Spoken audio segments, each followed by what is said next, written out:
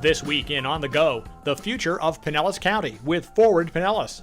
Executive Director Whit Blanton. It's really a combination. It's art and science. We like to provide the analytical evidence. And Principal Planner Sarah Caper. We're helping to make safer places, places people enjoy being and going to, and for me, that's really important.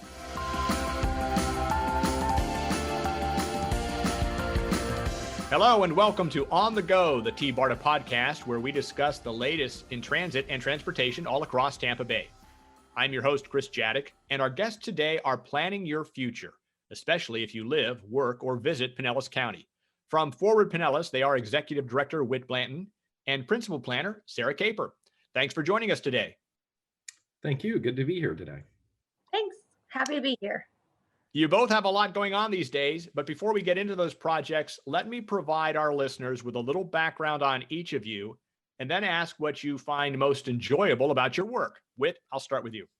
Whit Blanton has more than 32 years of professional planning experience in both the public and private sectors. Prior to joining Forward Pinellas as Executive Director in 2015, he was a founding owner and Vice President of Renaissance Planning based in Orlando. Whit has served in national leadership roles for the American Planning Association, including election as chair of the APA Transportation Planning Division in 2000 and to the APA Board of Directors in 2012. In September 2020, members of the APA Florida chapter elected Whit for a 2-year term as APA Florida President-elect, after which he will serve 2 years as chapter president. Whit, obviously, this is a passion of yours. What do you find most enjoyable about the work you do?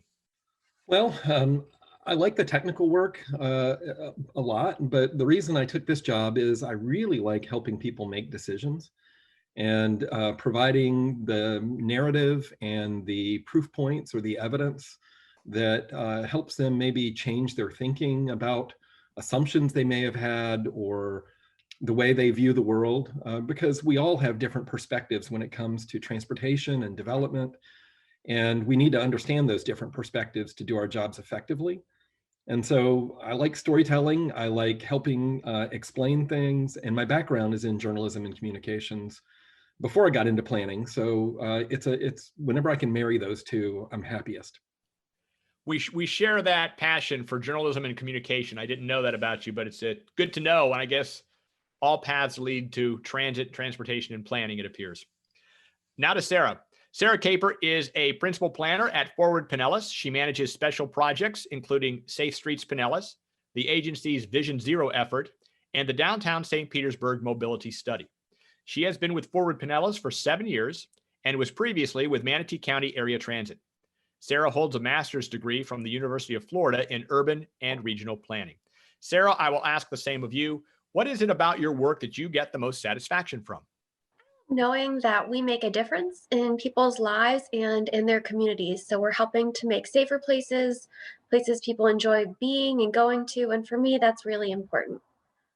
Is that something you always aspired to? I imagine when you're growing up, and I know I was the same way, I wasn't sure what I wanted to be or where I would end up, but how did you end up landing in this type of profession?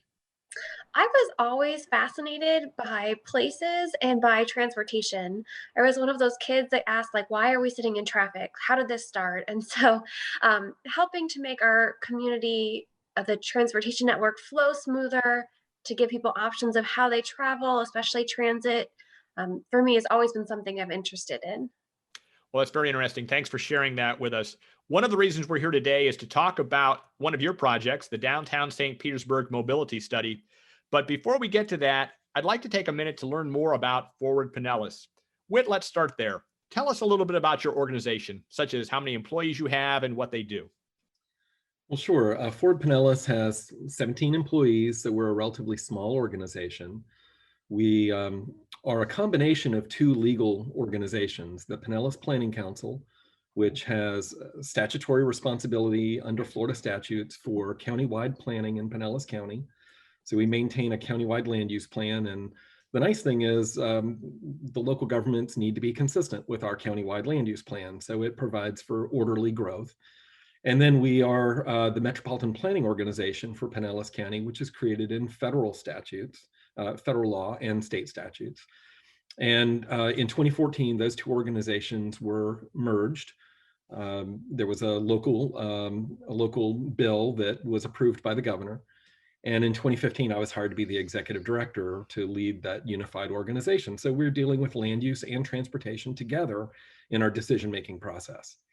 I think most people who only have a casual understanding of local government are not really aware of what planning organizations like yours really do. And there are a lot of different terms out there. We hear about MPOs, metropolitan planning organizations, planning commissions, planning councils.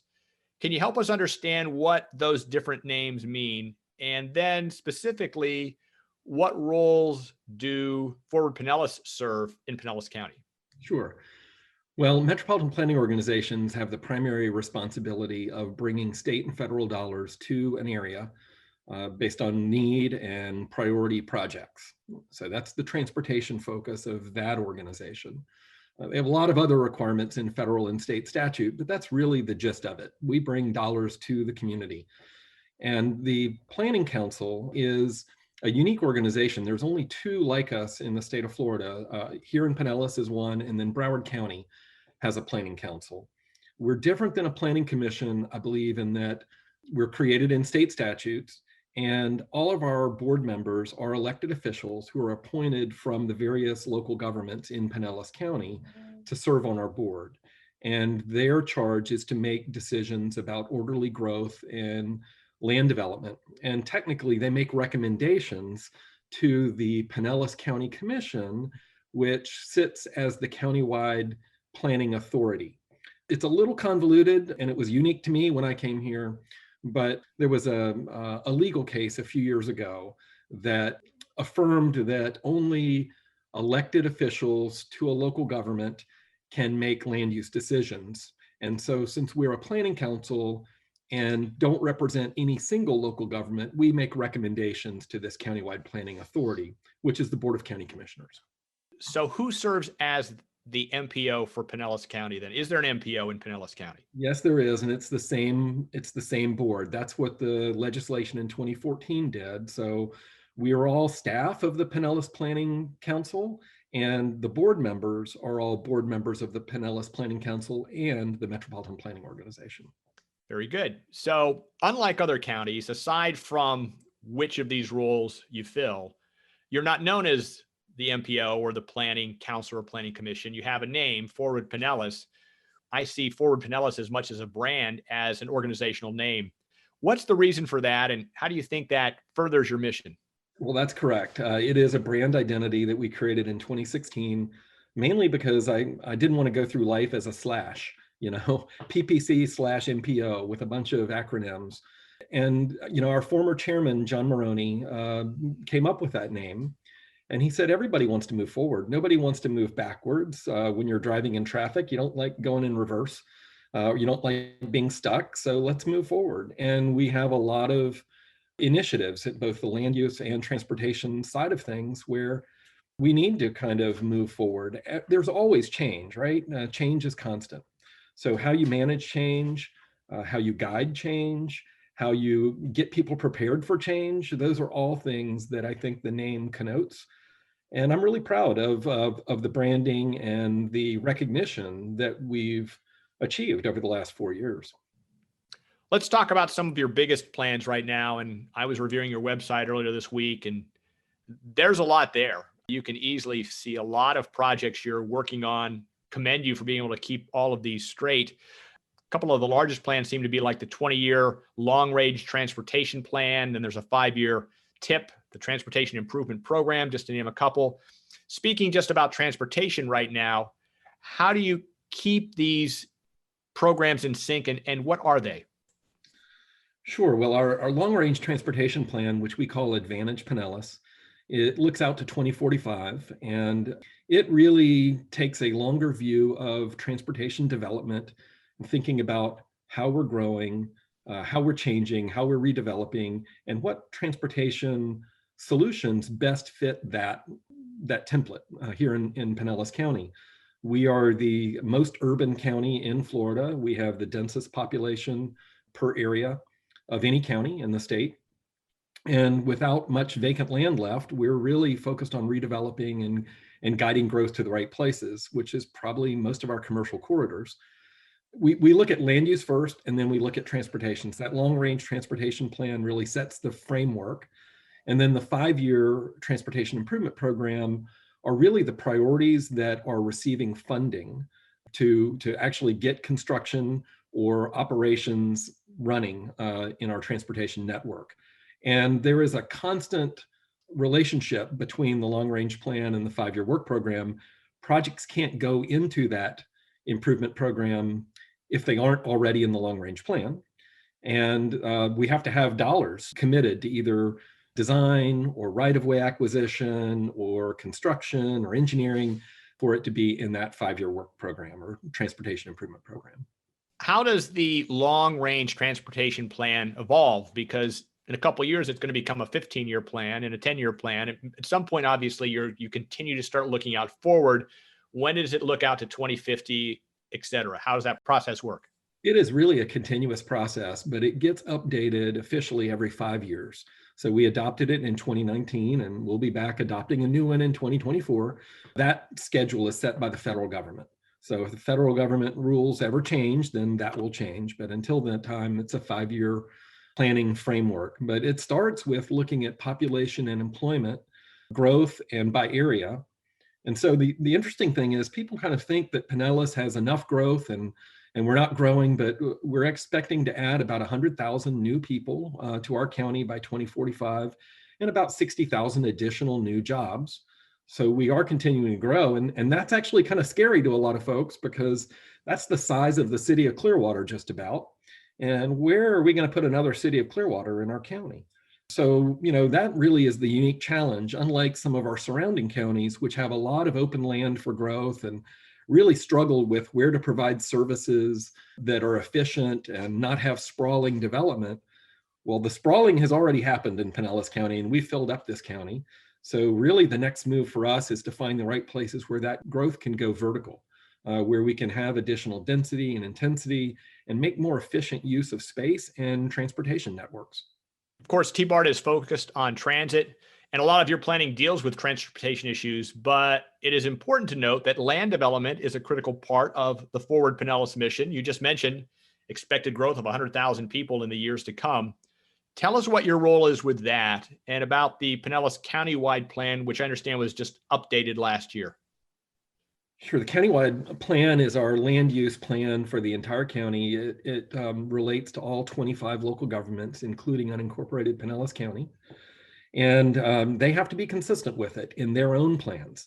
But we don't dictate to them what happens. It's really more of an interactive, collaborative process. So we leave a lot of discretion to local governments. And we don't get into the details of land development regulations and how large your building setback is, or how you individually plan each parcel. We're really more of a very high level overview of guiding growth to the right areas and supporting that with transportation and services and things like that. So that countywide plan, we updated it to be consistent with the Advantage Pinellas Long Range Transportation Plan to enable much higher density of development in those corridors where we expect to see transit improvements over time. And those are our principal commercial corridors, such as 34th Street or US 19 in St. Petersburg, and then north all the way through to the Pasco County line, East Bay Drive or Roosevelt Boulevard in the middle part of our county, and then Alt US 19, which goes by different names, Missouri, Seminole Boulevard. That Alt 19 corridor is another one of those priority corridors. And we actually have about 9 or 10 of what we call investment corridors.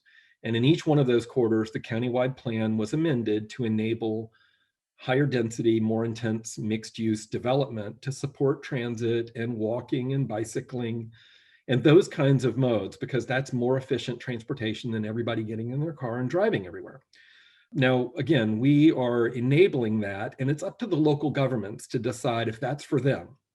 So they get to make those decisions. We're not dictating anything. So we found that when Largo went through their special area plan for US 19 and East Bay Drive recently, they didn't need all the density that we enabled, but they did use a lot of it, and it was more than they would have been able to get before we amended our plan. So that's why it's a very interactive and collaborative process. And we helped fund the Largo Special Area Plan. So we do award grants to our local government partners to undertake planning activities or to do transportation projects too. That's very interesting because you touched on something I wanted to ask about next, how you collaborate and coordinate with all the municipalities in Pinellas County. And the question is going to be, who signs off on this plan once it's all done? Obviously, a lot of work goes into it. There's research, there's planning, there's collaboration, discussion. Who gets the final sign off of the master plan after you've talked to the Dunedins, Clearwaters, et cetera? Well, typically in a land use case, the cities or the county they will take action first to bring that through their citizenry, their planning boards, and then their city commission or city council. And then that will then come to us to review it for consistency with the countywide plan. So if they're amending their land use plans and they're changing something in the countywide plan, then that's under our purview and we have to agree to that. So essentially our board would say, yes, we agree with that change, or no, we don't agree with that change. And then we would make the recommendation to the Board of County Commissioners, sitting as the countywide planning authority, to ultimately make that decision.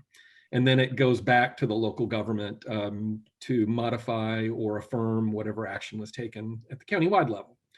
On the MPO side, it's different. Our board is the final stop on the transportation decision-making. We don't recommend anything to the county commission. So our board acts as the MPO and they're the final authority on transportation. Well, thanks for taking some time to explain all of that. As you know, you're working on so many things. I don't think anybody has time to go into detail about what it is and why you do it. And so I hope those who are listening to it find that very interesting today. I want to talk a little bit about this year, 2020. As you know, it was an unprecedented year. The COVID-19 pandemic changed the way we lived and worked. I don't think anyone really knows yet what the long-term impact of the pandemic will be, but there's a good possibility plans will need to change. For example, if more people are working from home, that impacts business and residential development, as well as our transportation and commuting needs. Do you have any thoughts yet on how the plans you have now may need to be reconsidered sooner as opposed to later? Good question. I think what the pandemic has shown is that travel behavior is very responsive to individual decision-making.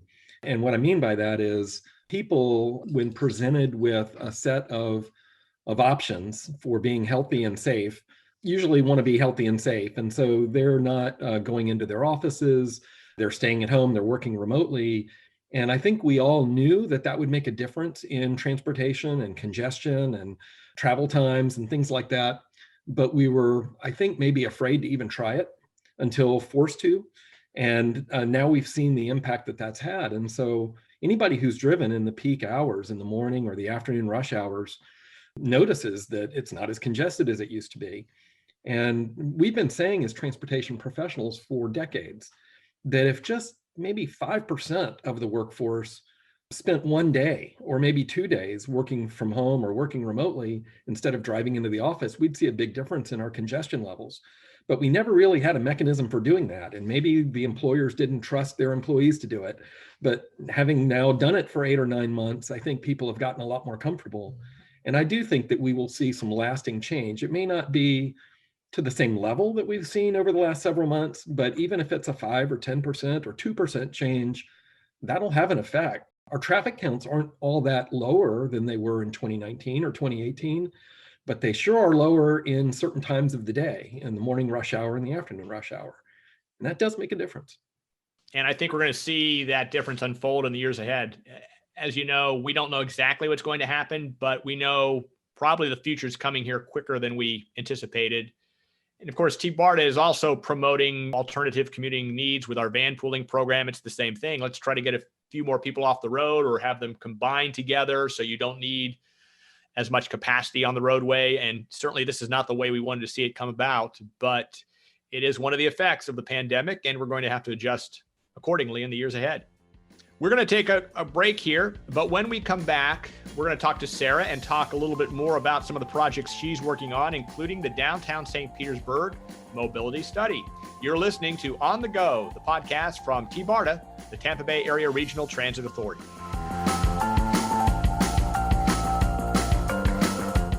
As Tampa Bay gets back to work, morning and evening commuters are also starting to crowd back onto local roads. Maybe you've been teleworking and aren't ready to restart the rush hour grind. If so, Commute Tampa Bay can help. Go to CommuteTampaBay.com and find out how someone else can drive you to work in a TBARTA van pool. You'll avoid the aggravation of driving, make new friends, help the environment, and save up to thousands of dollars each year. Commute Tampa Bay. It's the smarter way to work.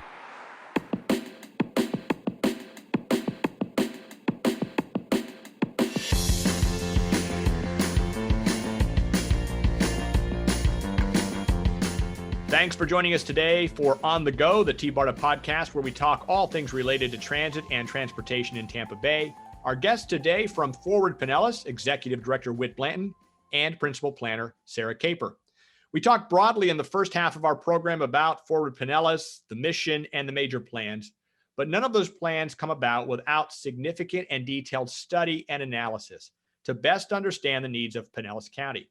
And now we're going to turn to one of those projects, the St. Petersburg Mobility Study. I guess I should say it's the Downtown St. Petersburg Mobility Study.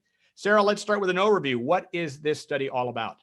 This study is a look at the greater downtown St. Petersburg area, which, it's tough to define. Where does it start? Where does it end? Where is the downtown? So we're looking at that. And we're looking at how people travel in and around downtown. Are people driving there and then walking? Are they biking? How do things look today? And how could they look in the future? We're taking a really close look at travel patterns, like we talked about earlier. How are people going to be traveling in the future? And how do they get around through the many destinations that there are in downtown? When we talk about transportation, I think it's true with TBARTA because we're talking about bus rapid transit and highways and the Howard Franklin Bridge. We think about getting around in cars, but the term mobility means much more than that. And you've touched on this a little bit. It's not just driving. How important are biking, walking? What all does mobility really encompass in your study? Mobility is any way that people travel around. And I think you just talked about it. People are biking, they're walking, they're using scooters, they're using transit. We know the transit in downtown and the downtown area is going to look really different with the Sunrunner coming. So it's not just the car, but it's also thinking about how people travel around on different modes. Are you driving and then walking? Are you taking the Sunrunner in and then getting a scooter? So it's about thinking creatively about how people travel and how that might look different for different people. If you're using transit, if you are walking, and how you can use all those modes once you're in the downtown area and even to get to downtown. This isn't one of the questions I gave you in advance, so we'll try this here and see if you're okay with this, but you mentioned scooters. And whenever I'm in some of the chamber meetings, people are talking about how to manage the scooters. Tampa has wrestled with this. St. Petersburg has. Any thoughts on how scooters are changing the way we do move around? And what do you think the impact ultimately will be in Pinellas or St. Petersburg in particular? I think St. Pete was able to see what happened in Tampa with scooters and make some adjustments to their program before it ever got started to create a program that would fit for St. Pete, taking advantage of some of the different options. The technology is always evolving and advancing. So you're able to see what was available then, what's available now, and how to make a program work. And one of the nice things about the scooter program and other programs that are similar is you can make changes to them more easily than, say, a roadway. You're able to change where people can pick up scooters, where they can park them. In St. Pete, you have to use certain facilities like bike lanes. So you're able to take advantage of some of those things where when you design a road and you put a road in, it's really hard to change once it's there. And once you have lanes, it's hard to convince people that maybe it can look a little different. And so that's one of the nice things about those types of programs. I'd agree with that. That's for sure. Well, getting back to the study now, let's talk about that. I know it began earlier this year. Tell us about the study process, what it looks like, and where we are now. Sure. So one of the first things we've been doing as part of the study is what's there today. What does downtown St. Pete look like from a transportation perspective? And also talking to people. How do you travel around downtown St. Pete? How do you get there? What do you like about it? What do you think is our biggest challenge? And from there, we're going to be looking at what are some potential projects and programs that we can look at implementing in our downtown area, and how does that change things? For example, what if we make changes to the interstate spurs to 175 and 375? What does that look like? What if we convert some of the one-way streets to two-way streets? How does that impact the network? And so a lot of what we'll be doing in the upcoming months are testing these different projects and programs to see how do they look in different combinations. We'll be running different models. We're also looking at how people access downtown using some technology that's available to us. So we're able to look at data and say, if you're coming from Manatee County, this is how you access downtown, and it depends on where you're going. Or I'm coming from northern Pinellas from Dunedin, and this is how I get to downtown, and this is how I travel once I'm there. So we'll be testing out those different scenarios, looking at a lot of combinations, and a huge piece is talking to the public. What do people feel comfortable with? What do they like? What don't they like? You know, the big thing that's coming to the downtown area is going to be the redevelopment of the Tropicana Field site. It's a huge opportunity to look at how people travel around, where they're going, and to see what we can do with our transportation network. You talked a little bit about the types of things that you're looking at, and there are a lot, and certainly community engagement is an important part of that. Let's talk about that a little bit, and specifically, what are the tools you use for measurement? So for community engagement, we're always looking at how we can reach people, especially now with COVID. Some of the traditional things we might have done would have been a workshop. People aren't meeting in person right now. So we've done a couple different surveys. We've asked people how to communicate with them and learn from them. We've had online listening sessions using Zoom and taking advantage of some of the breakout rooms so people can have a discussion with each other, sometimes with peers, sometimes with others in the community, just to see people's thoughts. We also have an online comment board that people can go to at forwardpinellas.org/DTSP. And we'll be using our website in a variety of ways in the future to get input from different people. So before we move on, I want to talk about your website. You mentioned how people could get engaged and involved, and I know that's an important part of what you do. You want people to go to the website, and that's where they'll find the information and they can get engaged from there. Is that correct? Yes. So we're continuously updating the website with different ways for people to get involved. So right now we have the interactive comment board. People can post their thoughts on downtown St. Pete and react to what other people are saying. But as we move through the different parts of the study, we'll update the website. So we might have surveys, we might have information on future listening sessions or workshops, likely to be online given the situation with COVID, but we're evaluating what is working best. And so we'll continue to update the website as we have new opportunities for people to get involved. I know the study is still underway and you certainly haven't reached any conclusions yet, but I'm wondering if any trends are starting to develop just based on some of the preliminary research. What are you learning about the way people move in St. Petersburg? And are any of the early findings surprising? One of the things that stuck out to us pretty early on is that while people might access downtown, they might get there by driving or by using their bicycle or transit. Once they're there, people are walking. It's a huge way of getting around. And there are other ones too. People are biking, people are using Uber or Lyft or other rideshare programs to get to downtown and around, especially if they're traveling from one end to the other. One thing that's been interesting to me as we talk to different people is that downtown means different things depending on who you are and your situation and how you access it. Are you working there? Are you living there? Are you just a visitor? And so for everyone who says, I like this, there's often someone who says, well, I like this better. And so managing the expectations and balancing those different needs is going to be a huge piece of the study, and a huge thing that St. Pete has to figure out as we work together is what do we want to be and how do we get there? This is a question I'll pose to both you and Whit, and has to do with how you take this information and turn it into a conclusion.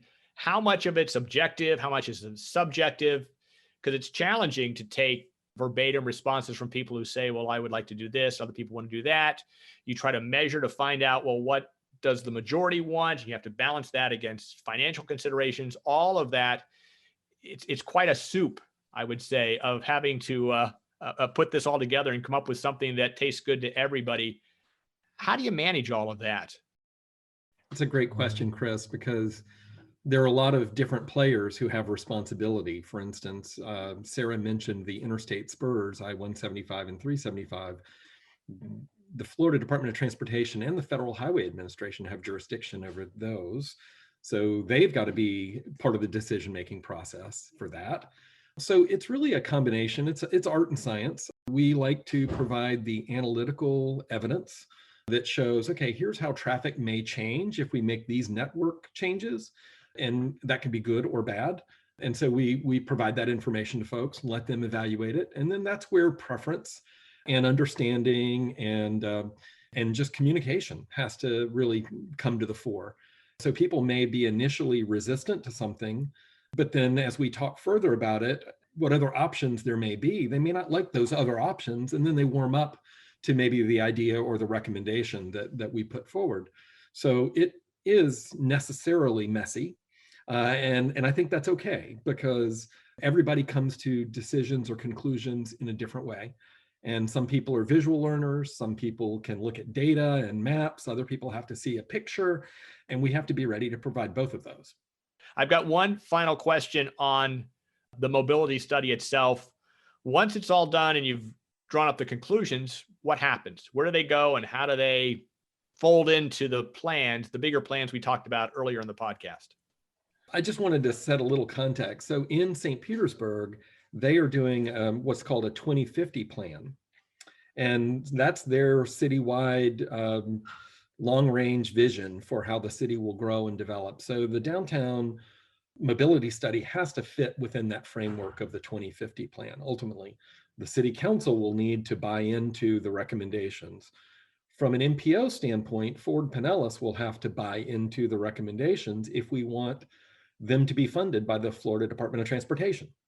And PSTA will have to buy into the recommendations if it relates to any transit investment and transit service in downtown. So a lot of different moving parts.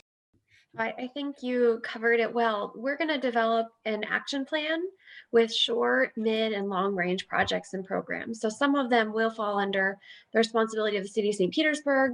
Some might be PSTA, Forward Pinellas, the Florida Department of Transportation. Some of them will be really fast things we can do quickly, and others require a lot more in-depth work and study, especially if we touch something like the interstate spurs or one-way pairs. So it will continue to involve a range of people and public engagement and different partners to make anything happen as a result of this study. Well, good luck with the project. We look forward to seeing the results later next year. I do want to talk about one of the other major projects you're working on right now, Safe Streets Pinellas. Just take a minute to tell us what that's all about, anything you want the public to know, how they might want to be getting engaged with your project there. Safe Streets Pinellas is a Vision Zero effort, and Vision Zero is the idea that everybody should be safe when they're traveling on our roadways. Nobody should be killed or seriously injured. We know that on average, 2 people are killed or seriously injured on roadways in Pinellas County every day, and that has to change. And so what's really exciting about Safe Streets Pinellas is it's thinking about our safety differently. It's involving more people, from public health professionals, law enforcement officers, engineers, medical professionals, emergency management, to come together and think about how do we work for a solution that helps us get to that number of 0. And so we're in the process of developing our action plan. We're doing different tests of how demonstration projects look in Pinellas County. For example, we did a look at a rectangular rapid flashing beacon, an RRFB crossing at a location with the Duke Energy Trail. We also tested different types of technology. So looking at video analytics at an intersection, we had the cameras that are out there test and see what kind of near misses are happening. We know people say, this intersection's really dangerous, I don't feel safe here. And we're able to test and see, well, what's happening when we're not looking at speeds, looking at red light running, so we can make informed decisions about how to move forward to create a safer network for everyone. One of the great things about being in Florida is you can walk around any time of year. I have some family up north in Boston and Pittsburgh, and I'm watching the snowfall, and I'm looking out my window today, and I'm probably going to take a walk after we're done with this podcast. It's one of the things you can enjoy about Florida. I do want to turn to a couple of other transportation trends here in Florida and Pinellas County while I have you here. One of the most exciting projects in Pinellas is PSTA's Sunrunner Bus Rapid Transit Project, a new type of transit that will connect downtown St. Petersburg with St. Pete Beach. I say it's a new type of transit only because it's new to Tampa Bay. Many cities around the world have already embraced BRT as well as here in the States. This will be Tampa Bay's first BRT project. Tell us why we should be excited about Sunrunner. I'll jump in here and just, I think we should be excited about it because it provides a much faster way to get from point A to point B using transit. There are fewer stops and there's a dedicated lane for buses to operate, although they operate with vehicles that are turning in and out of businesses. So there is a little bit of shared activity in that lane. It's going to give transit a priority for traveling between downtown and the beach area. And that is so important for the many workers who work in the hospitality industry, in the hotels and restaurants and bars out at the beach, and live along the route or near the route. And then people who want to go from the beaches back into downtown, because they are really twin destinations in our county for visitors, for people who live in the community. It's really great to connect those, especially with the Tropicana Field redeveloping and the new pier that we have on the waterfront. It's going to be, I think, amazing. Autonomous vehicles are getting a lot of attention as well. Both PSTA and HART are testing autonomous vehicles right now. How does evolving technology such as this transportation impact your planning? Can you fully plan 25 years into the future when the technology we'll be using then is still in development and a lot is still unknown? I think it's really important that your plans not be so rigid that you are locked into a technology or a paradigm or a way of thinking. And so, we need to be adaptable and nimble to embrace that technology as it happens. But there are some things we know. We know that electric vehicles are going to be on the rise. We know that autonomous vehicles are coming. And we know that people will be using shared mobility options too, whether it's bicycles or vehicles. All of those things enable greater choices. And so we are thinking about how we use our curb space. We are thinking about how we create safe spaces for people to get around, whether it's scooters or e-bikes. And then those autonomous vehicles, I think, offer the option of really looking at how we pay for things, because the driver tends to be about 80% of the cost of public transportation. And if you don't have a driver in there, then maybe you can operate some things more efficiently. So I'm excited about what technology can bring to us, but I am not going to sit here and say I have the answer for where it's going to look like in 10 or 15 years. I just think we have to be prepared to be quick and nimble when the opportunity presents itself. I think that's a great philosophy to take, certainly. We're running out of time here, but I do want to ask each of you one more question, sort of a broader question looking out into the future. What each of your long-term thoughts would be on how you see Pinellas County developing in the decades ahead. What do you think we can expect to see in the next 20 to 30 years beyond what some of the things we've discussed here today? Maybe something that people have not fully yet embraced or considered. Sarah, would you like to go first on this one? Sure. So I think that people have an idea of what some of autonomy looks like in our transportation system, but thinking it through a little further, Whit mentioned curb space. That's a huge game changer if you don't need the parking that we have right now. Also, we can have smaller lanes as cars have more ability to help drive themselves better.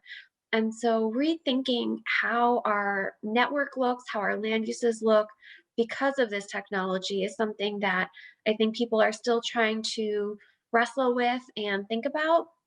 And it's something that has the potential to really change how our communities look in the future. With the same topic, what is it we need to consider more carefully as we plan to the next 2 or 3 decades?